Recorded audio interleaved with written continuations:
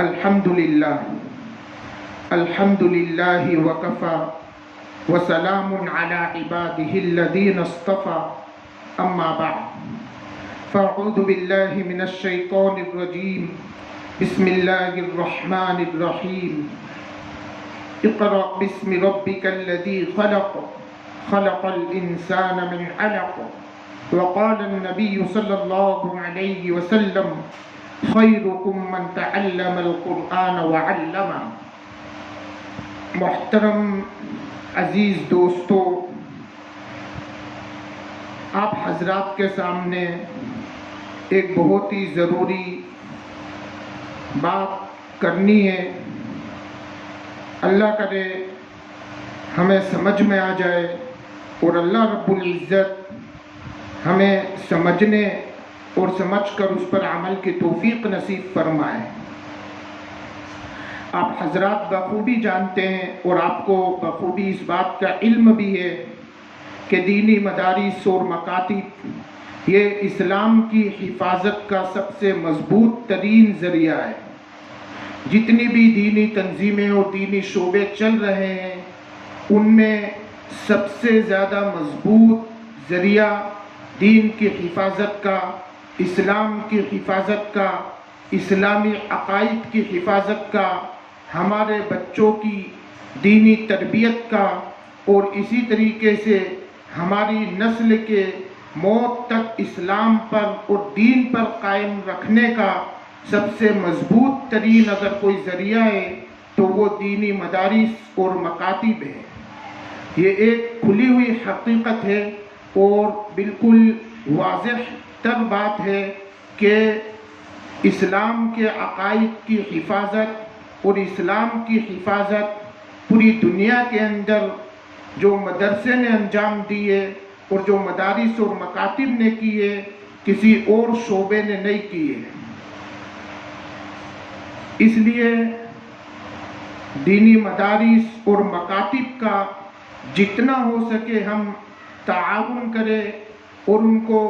مضبوط کرنے کی فکر کریں۔ آپ حضرات بخوبی جانتے ہیں کہ یہ مدارس اور مکاتب کا جو نظام چلتا ہے اور ان کا پورے سال کا جو خرچہ اور جو آمدنی کا ذریعہ ہے وہ صرف آپ حضرات کے پیسے ہیں، آپ حضرات کے ایک ایک روپیے اور آپ حضرات کے تعاون، آپ حضرات کے زکوٰۃ، صدقات للہ رقم کے ذریعے سے یہ مدارس کا پورا نظام چلتا ہے، پورے سال کا نظام چلتا ہے۔ مدارس کے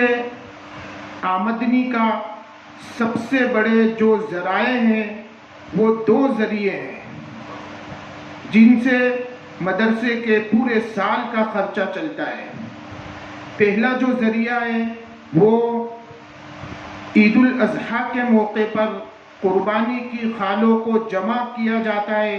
اور جمع کر کر ان کو بازار کے اندر فروخت کر کر اس سے جو پیسے وصول ہوتے ہیں ان پیسوں کے ذریعے سے مدرسے کا کئی مہینوں کا نظام چلتا ہے اور کئی مہینوں کا خرچہ اس سے نکلتا ہے۔ دوسرا جو ذریعہ ہے وہ رمضان المبارک کے اندر مدرسے کی طرف سے متعین کردہ سفیر اور سفراء حضرات صوبہ در صوبہ ضلع در ضلع جاتے ہیں اور تاجروں کے پاس، اہل خیر حضرات کے پاس جا کر ان سے ان کی زکوٰۃ کو وصول کرتے ہیں، صدقات کو وصول کرتے ہیں اور ان سے مدرسے کا جو ہو سکے وہ تعاون حاصل کر کر وہ مدرسے کو پہنچاتے ہیں۔ ان دو ذریعوں سے مدرسے کا پورا سال کا نظام چلتا ہے۔ آپ میری بات کو بغور سنیں اور دھیان سے میری بات پر توجہ دیں۔ میں مدارس اور مکاتب کی حقیقت کو بیان کر رہا ہوں کہ مدارس کیا چیز ہے، مکاتب کیا چیز ہے، ان چیزوں کو میں بیان کر رہا ہوں تاکہ ہم ان کو مضبوط کر سکیں۔ ہم مدارس اور مکاتب کو مضبوط کرنے کی فکر کر سکیں۔ تو سب سے بڑے جو دو ذریعے ہیں، ایک قربانی کی خالیں، دوسرا رمضان المبارک کے اندر زکوٰۃ اور صدقات اور للہ پیسوں کا وصول کرنا، یہ دو ذریعے ہیں مدارس کے جن سے مدرسے کا پورے سال کا نظام اور خرچہ نکلتا ہے۔ پہلا جو ذریعہ ہے قربانی کی خال عید الاضحیٰ کے موقع پر جو وصول کی جاتی ہے، یہ ذریعہ تو تقریباً 4-5 سالوں سے بالکل بند ہو گیا ہے،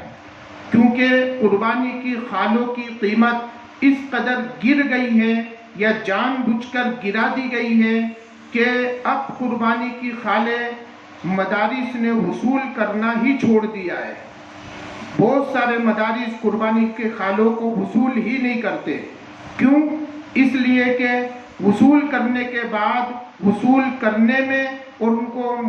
قربانی کی خالوں کو جمع کرنے میں اور جمع کر کر ان کو منڈی تک اور بازار تک پہنچانے اور ان کو فروخت کرنے میں جو کچھ پیسہ خرچہ ہوتا ہے، وہ خرچہ بھی قربانی کی خالوں سے نہیں نکل پاتا۔ اس قدر ریٹ اور قربانی کی خالوں کی قیمت گر چکی ہے۔ تو یہ جو ذریعہ تھا، پہلا ذریعہ قربانی کی خالوں کا، یہ تو تقریباً 4-5 سالوں سے بالکل بند ہو گیا ہے۔ دوسرا جو ذریعہ ہے رمضان المبارک کے اندر زکوٰۃ صدقات للہ کے وصول کرنے کا، وہ 2 سال سے وہ بھی بالکل بند چل رہا ہے، کیونکہ 2020 کے اندر مارچ کے مہینے میں یہ وبا اور بیماری کورونا کے نام سے مسلط ہوئی اور سخت طریقے سے پھیلی، جس کی وجہ سے مسلسل 2.5-3 مہینے تک سخت لاک ڈاؤن رہا، اور مارچ کے بعد اپریل کے مہینے میں رمضان المبارک کا مہینہ آیا، تو یہ مہینہ رمضان المبارک کا یہ بھی لاک ڈاؤن کے اندر آیا تھا، جس کی وجہ سے مدارس کے سفراء حضرات دوسرے لوگوں کے پاس، تاجروں کے پاس، اہل خیر حضرات کے پاس اور مالدار لوگوں کے پاس جا نہیں سکے، جس کی وجہ سے مدرسے کے اندر کوئی آمدنی نہیں ہوئی، مدرسے کے اندر کوئی پیسہ اور روپیہ جمع نہیں ہوا۔ پھر اس کے بعد چند مہینوں کے لیے مدارس کا سلسلہ بالکل بند رہا، اور کئی مہینے بند رہنے کے بعد دوبارہ جب مدرسے کھلے تو یہ سوچا گیا تھا کہ چلو گزشتہ سال آمدنی نہیں ہوئی اور گزشتہ سال بمشکل مدرسہ کا نظام چلا ہے، تو اب اس سال رمضان المبارک کے مہینے کے اندر مدرسے کا پہلے سال کی تلافی ہو جائے گی اور مدرسے کا خرچے اور اخراجات نکل جائیں گے۔ مگر ہوا یہ کہ دوبارہ اسی مارچ کے مہینے میں 2021 میں دوبارہ یہ کورونا کی وبا اور بیماری مسلط ہوئی اور پہلے سے زیادہ سخت رہی، اور پہلے سے زیادہ لوگ اس کے اندر پریشان ہوئے، اور پھر دوبارہ لاک ڈاؤن ہوا، اور یہی لاک ڈاؤن کے اندر اپریل کے مہینے میں رمضان المبارک کا مہینہ آیا، تو دوبارہ اس رمضان کے اندر سفراء حضرات سفر نہ کر سکے اور اہل خیر حضرات کے پاس نہ جا سکے، جس کی وجہ سے اس سال بھی مدرسے کی کوئی اخراجات، مدرسے کا کوئی خرچہ اور کوئی آمدنی کا کوئی انتظام نہیں ہو سکا۔ تو یہ مسلسل 2 سال مدارس کو پر ایسے گزرے ہیں کہ جن میں مدرسے کی کوئی آمدنی نہیں ہے اور کوئی خرچہ نہیں، کوئی مدرسے کی نہ آمدنی ہوئی ہے اور نہ مدرسے کے کوئی تعاون ہوا ہے اور نہ مدرسے میں کچھ پیسہ اور روپیہ آیا ہے جس سے مدرسے کا نظام چل سکے۔ بہت سارے لوگوں کی سوچ یہ ہے اور بہت سارے لوگ یہ سوچتے ہیں کہ جب مدرسہ بند ہے اور طلبہ وہاں پر موجود نہیں ہے، بچے وہاں پر کھا پی نہیں رہے، تو پھر مدرسے کو تعاون کی ضرورت کیا ہے، مدرسے کو پیسے کی ضرورت کیا ہے؟ یہ بالکل غلط فہمی ہے اور غلط سوچ ہے۔ آپ ایک بات دھیان سے سمجھیے اور سوچیے، بالکل توجہ کے ساتھ اس بات کو سنیے کہ آپ کی جو سوچ ہے کہ مدرسے کا خرچہ کیا ہے، جب بچے نہیں ہیں اور طلبہ نہیں ہیں اور کھانے پینے والے لوگ نہیں ہیں تو مدرسے کا خرچہ کیا ہے؟ تو آپ اس بات کو دھیان میں رکھیے کہ مدرسہ جو ہے، مدرسے کا خرچہ صرف طلبہ کو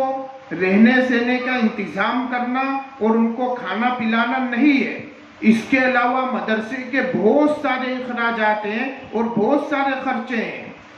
استاذوں کی مستقل تنخواہیں، اسی طریقے سے مدرسے کے لائٹ بل کا خرچہ، اسی طریقے سے مدرسے کے اندر رہنے والے عملے کی تنخواہیں، مدرسے کے اندر صاف صفائی ستھرائی کرنے والے مدرسے کی حفاظتی عملے کی مستقل تنخواہیں، یہ تمام جو اخراجات ہیں یہ تمام ایسے ہی باقی ہے جیسے کہ پہلے تھے۔ صرف جو خرچہ کم ہوا مدرسے کا وہ صرف بچوں کے کھانے اور پینے کا خرچہ کم ہوا ہے، باقی تمام اخراجات اپنی حالت پر باقی ہے۔ اس لیے یہ نہ سوچے کہ مدرسے کو پیسوں کی ضرورت کیا ہے، صرف بچوں کے کھانے کا مطبخ کا خرچہ صرف مدرسے سے کم ہوا ہے، مگر تمام اخراجات، استاذوں کی تنخواہیں، مدرسے کا لائٹ بل کا خرچہ، پانی بل کا خرچہ، اسی طریقے سے مدرسے کے اندر رہنے والے عملہ، صاف صفائی کرنے والے، مدرسے کا انتظام سنبھالنے والے اور مدرسے کے حفاظتی عملے کی مستقل تنخواہیں، وہ تمام اخراجات اپنی حالت پر باقی ہے۔ اس لیے ضرورت ہے کہ ہم مدارس کے نظام کو مضبوط کریں کہ اگر یہ مدارس کمزور ہو گئے یا یہ مدارس دم توڑ گئے یا یہ مدارس بند ہو گئے تو اس میں نقصان مدرسے کے چلانے والے ناظم یا محتمم کا نہیں ہوگا،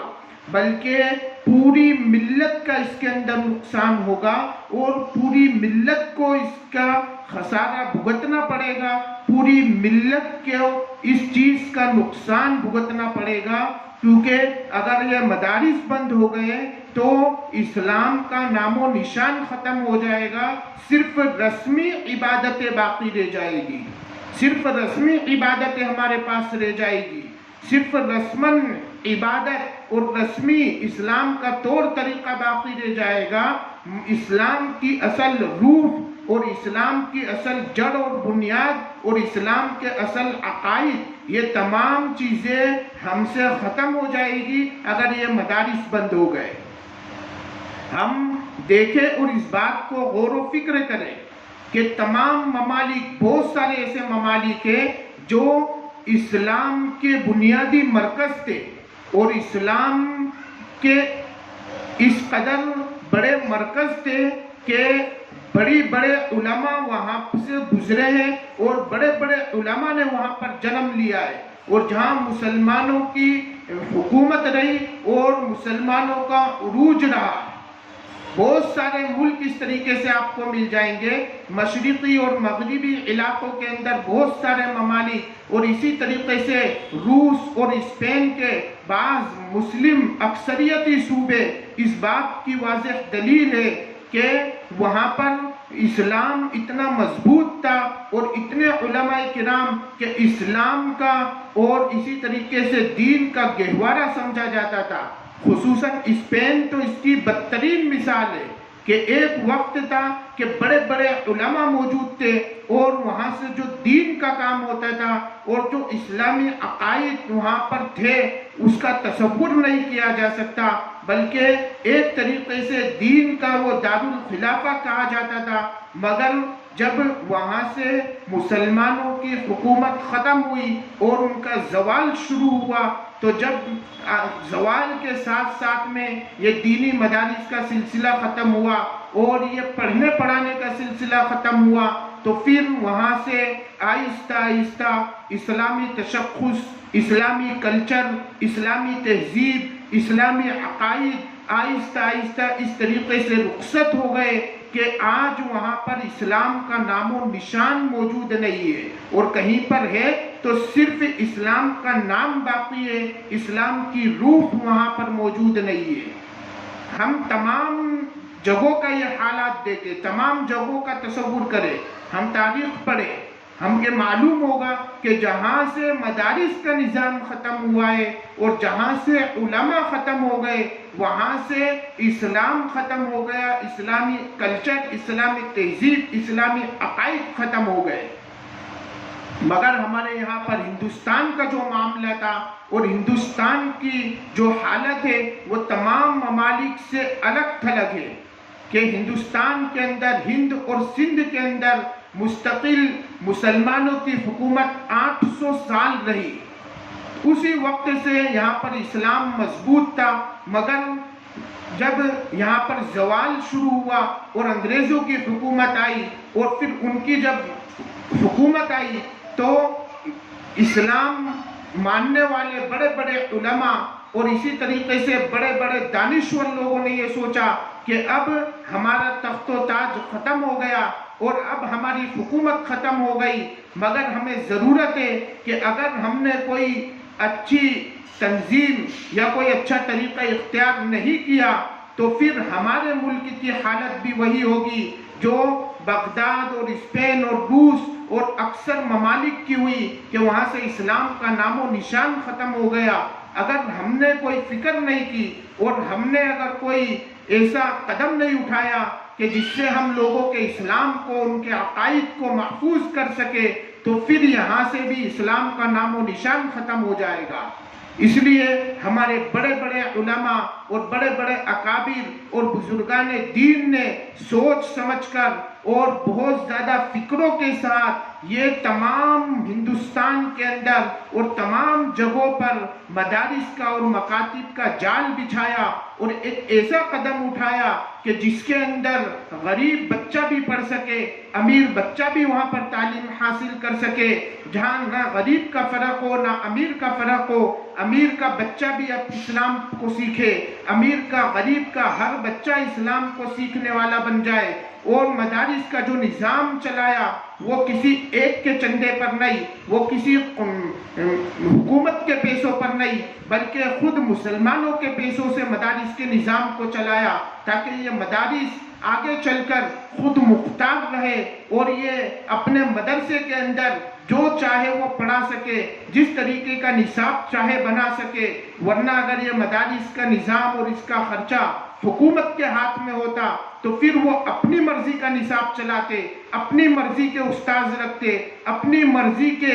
پڑھائی کرواتے، مگر یہ تمام چیزوں سے ہمارے اکابر اور بزرگان دین اور بڑے بڑے علماء نے مدارس کو پاک اور صاف رکھا کہ مدرسے کا نظام چلے گا تو لوگوں کے پیسوں کے اوپر ہی چلے گا، لوگوں کے تعاون پر چلے گا، حکومت کا 1 روپیہ مدرسے کے اندر نہیں لیا جائے گا۔ تو جب مدارس اور مکاتب کا جال بچھایا تو ایک طرف تو ہندوستان اور سندھ سے مسلمانوں کی حکومت کا خاتمہ ہوا اور انگریزوں کی حکومت آئی، مگر دوسرے ممالک کے اندر جب مسلمانوں کا سورج طلوع ہونے کے بعد دوبارہ غروب ہوا اور ان کا زوال ہوا تو اس طریقے سے زوال ہوا کہ اسلام کا نام و نشان ختم ہو گیا۔ مگر ہندوستان کے اندر جب مسلمانوں کی حکومت کا زوال ہوا تو زوال ہونے کے بعد بھی اسلام آج تک ہندوستان اور تمام جگہوں پر بر صغیر کے اندر جس طریقے سے باقی ہے، پوری دنیا کے کسی خطے کے اندر اسلام اور دین اس طریقے سے اور اس طرز پر باقی نہیں ہے جس طرز پر دین ہندوستان اور بر صغیر کے اندر، پاکستان اور بنگلہ دیش کے اندر باقی ہے۔ جس طریقے سے دین کے طریقے پر اور دین کو اللہ کے رسول صلی اللہ علیہ وسلم اور صحابہ کے طریقے پر اگر کسی نے سمجھائے اور اس پر عمل کر رہے فی الحال تو وہ بر صغیر کے ممالک ہیں۔ آپ اس بات کو دھیان میں رکھیے۔ تو یہ کیوں ہوا؟ جب جہاں سے بھی اسلام اور مسلمانوں کی حکومت کا زوال ہوا وہاں سے اسلام بھی رخصت ہو گیا اور اسلامی عقائد بھی ختم ہو گئے، مگر ہندوستان کے اندر اسلامی عقائد کی جو حفاظت ہوئی زوال کے باوجود اور انگریزوں کی حکومت کے باوجود، اسلام جو باقی رہا، اسلامی عقائد جو باقی رہے، وہ ہمارے اکابر اور علماء اور بزرگان دین کی اس فکر کی وجہ سے کہ انہوں نے چاروں طرف مکاتب اور مدارس کا نظام پھیلایا ہے، چاروں طرف مدارس اور مکاتب کے نظام کو عام کر دیا ہے تاکہ دین کی حفاظت ہو سکے، ہر بچہ اپنے اسلامی عقائد کو محفوظ کر سکے، ہر بچہ اپنے دین کو سیکھ سکے، قرآن اور حدیث کی صحیح تعلیم کو حاصل کر سکے۔ اس لیے آپ دیکھیے شروع کے اندر جب مدارس اور مکاتب کا نظام چلا تو کئی لوگوں نے تانے دیے، خود مسلم کئی لوگوں نے، ہمارے لوگوں نے، اپنے لوگوں نے یہ تانے دیے کہ یہ ملا اور یہ مدارس کے اندر پڑھنے والے لوگ تو تنگ نظر ہوتے ہیں، اور ان کا گزر بسر تو پتہ نہیں کس طریقے سے چلتا ہے، اور یہ لوگ تو دنیا کی لذتوں سے محروم لوگ ہیں، اور یہ 2 رکعت کے امام ہیں، اور اسی طریقے سے ملا کی دوڑ مسجد تک، اس طریقے کے الفاظ سے ان کو طعنہ دیا جاتا تھا، مگر پوری دنیا نے دیکھا اور آج بھی دیکھ رہی ہے، اور انشاءاللہ قیامت تک دیکھتی رہے گی کہ جو خدمات اور قوم کے لیے جو قربانیاں ان مدارس والوں نے اور ان مدارس میں پڑھنے والوں نے اور ان بوریا نشین لوگوں نے اور ان چٹائیوں پر بیٹھ کر سوکھی روٹی کھانے والے اور اسی طریقے سے رات دن محنت کر کر ان بوریوں پر بیٹھنے والوں نے جو قربانیاں ملت کے لیے، اسلام کے لیے، ملک کے لیے اور اپنے مسلمان بھائیوں کے لیے دیے، ایسی قربانی آج تک کسی نے پیش نہیں کی ہے۔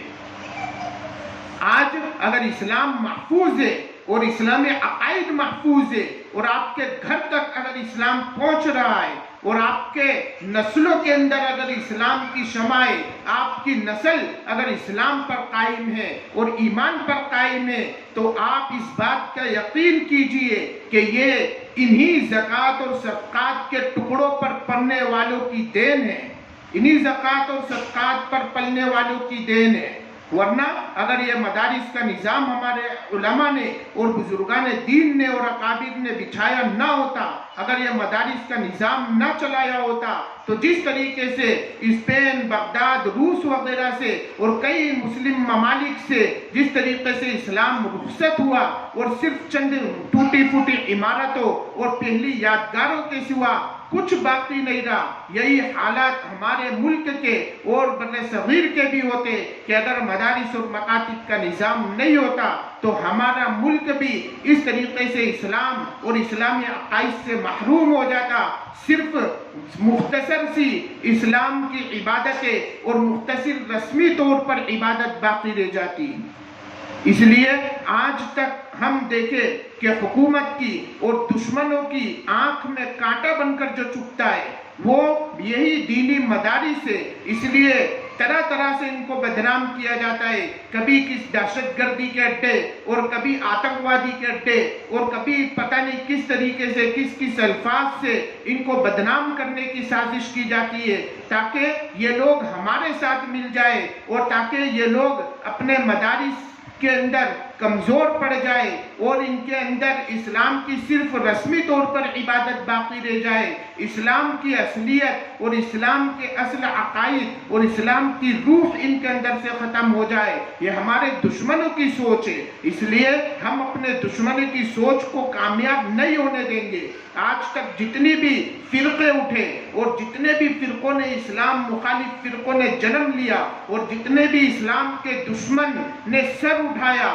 ان کے سروں کو کچلنے والا، ان تمام باطل فرقوں کو جواب دینے والا، ان تمام فرقوں کا مقابلہ کرنے والا اور ان کے سامنے سینہ بسینہ کھڑا ہونے والا وہ یہی مدارس ہے اور یہی مدرسہ اور مکتب ہے کہ یہی اسی کے لوگ اور اسی میں پڑھنے اور پڑھانے والے لوگ جب بھی کوئی اسلام کے خلاف فتنہ کھڑا ہوتا ہے، جب بھی کوئی اسلام کے خلاف آواز اٹھاتا ہے، اس کی آواز کا جواب دینے والا اسی مدرسے کا شخص اور اسی زکوٰۃ اور للہ اور صدقات پر پلنے والا اور اسی کو کھانے والا شخص ہوتا ہے، اور وہی طالب علم ہوتا ہے جس کو ہم اپنی تانا زنی کا نشانہ بناتے کہ یہ تو زکوٰۃ پر پل رہا ہے، یہ تو صدقے پر پل رہا ہے، یہ تو ہمارے ٹکڑوں پر پل رہا ہے، مگر یہ نہیں معلوم کہ تمہارے ٹکڑوں پر پل کر تمہاری نسلوں تک اور آنے والی قیامت کی نسلوں تک وہ اسلام کی اور عقائد کی حفاظت کرنے والا شخص ہے۔